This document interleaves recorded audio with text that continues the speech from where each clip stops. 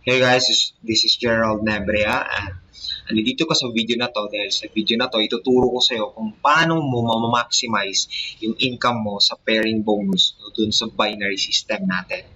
Okay, so without further ado, let's start.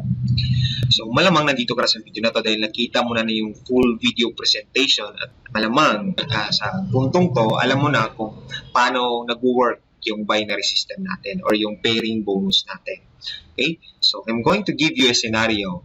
Sabihin natin na nagkaroon ka ng apat na na-sponsor or apat na tao na napasali mo dito sa business natin. So, that's A, B, C, and D. Okay? So, ngayon, sabihin natin, so I'm going to give you two scenarios. So, in the first scenario, nagkaroon ka or nag-purchase ka ng isang package. Okay?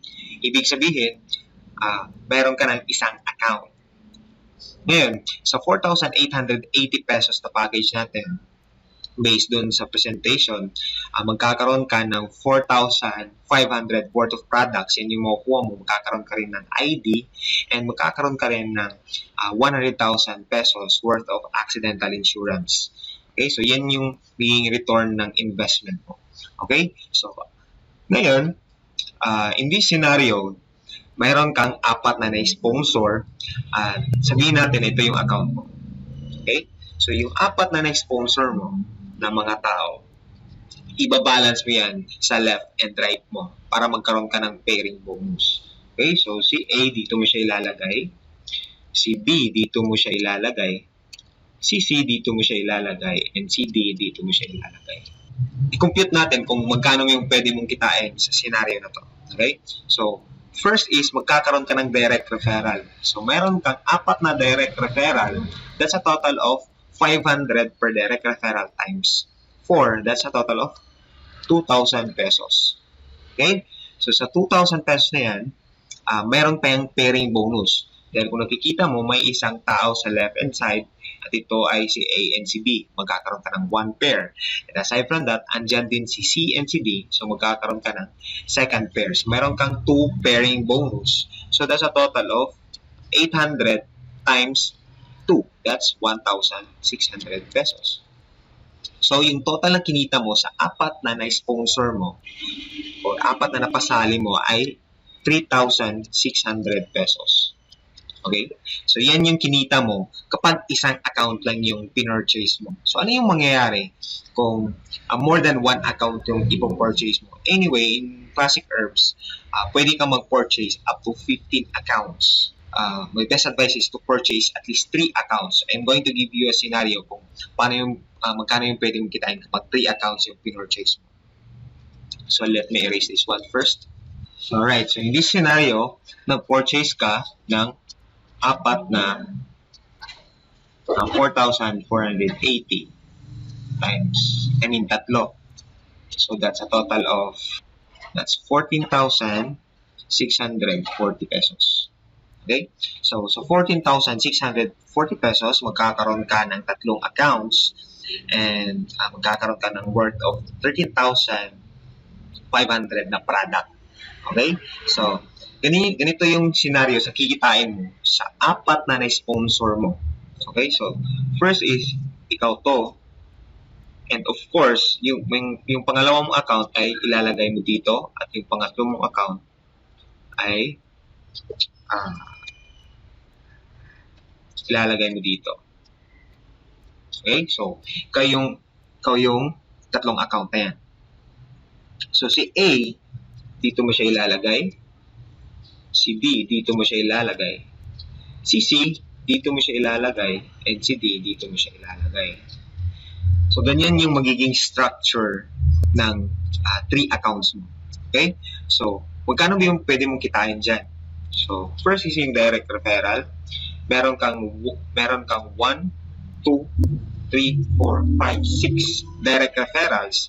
So, 6 direct referrals times 6 times 500 pesos, that's a total of 3,000. Okay, sorry. 3,000 pesos. Okay? So, meron kang 3,000 pesos sa direct referral. So, magkano yung kikitain mo sa pairing bonus? So, sa account na to, okay, i-erase ko muna to para hindi ka malito. Alright. So, sa account na yan, yung unang account mo, magkakaroon ka ng 1, 2, 3. So, 3 pairing bonus. Okay? So, aside from that, kung napapansin mo,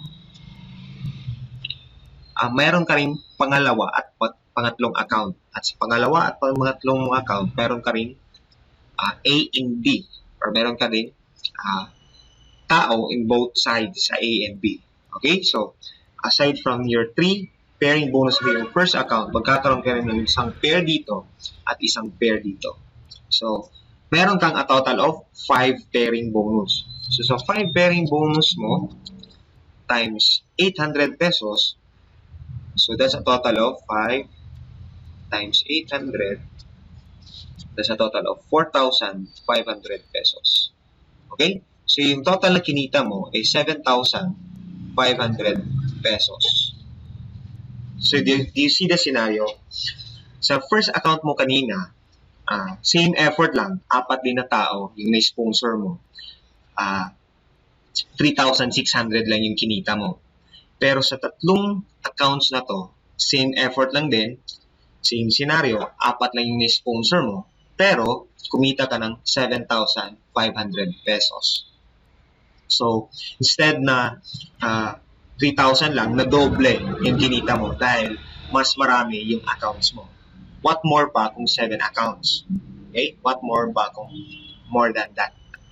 Okay? So, nag-start kami sa multiple accounts. So, my best advice for you is to start at least 3 accounts. Kasi ganito yung mangyayari kapag nag-start ka ng 1 account. So, sabihin natin nag-start ka ng 1 account. Okay? So, ikaw to. Tapos, meron ka nang na-sponsor na si A and B. Okay? So, may na-sponsor ka na 2 tao. Ngayon, gusto mong magdagdag ng another account. Sabihin natin, gusto mong magdagdag ng another 2 accounts para maging 3 accounts na yung structure mo. Okay? So, yung mangyayari dyan, instead na nasa itaas yung 2 account mo, ang mangyayari dyan, may spill over mo siya dito. So, this is your account and this will be your second account. Okay?